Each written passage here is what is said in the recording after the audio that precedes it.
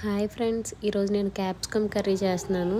First oil వేసుకొని ఆయిల్లో జీలకర్ర, ఆవాలు, ఉల్లిపాయలు, పచ్చిమిర్చి వేసుకొని బాగా వేగిన తర్వాత టమాటీ ఒక 2 చిన్న సైజ్ టమాటాలు ఒక 2 తీసుకొని అందులో వేసుకొని ఆ టమాటీ ఉల్లిపాయ బాగా మగ్గిన తర్వాత కొద్దిగా ఉప్పు వేసుకొని అందులో క్యాప్సికమ్ చిన్న ముక్కలు కట్ చేసుకొని క్యాప్సికమ్ వేసుకోవాలి.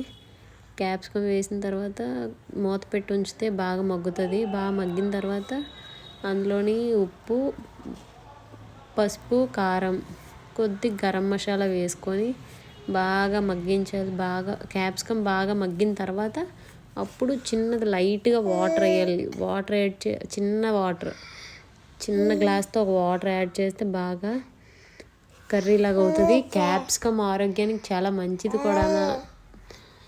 క్యాప్సికమ్ తినడానికి ఎవరు ఇష్టపడరు, ఇలా కర్రీ చేస్తే చాలా ఇష్టంగా తింటారు.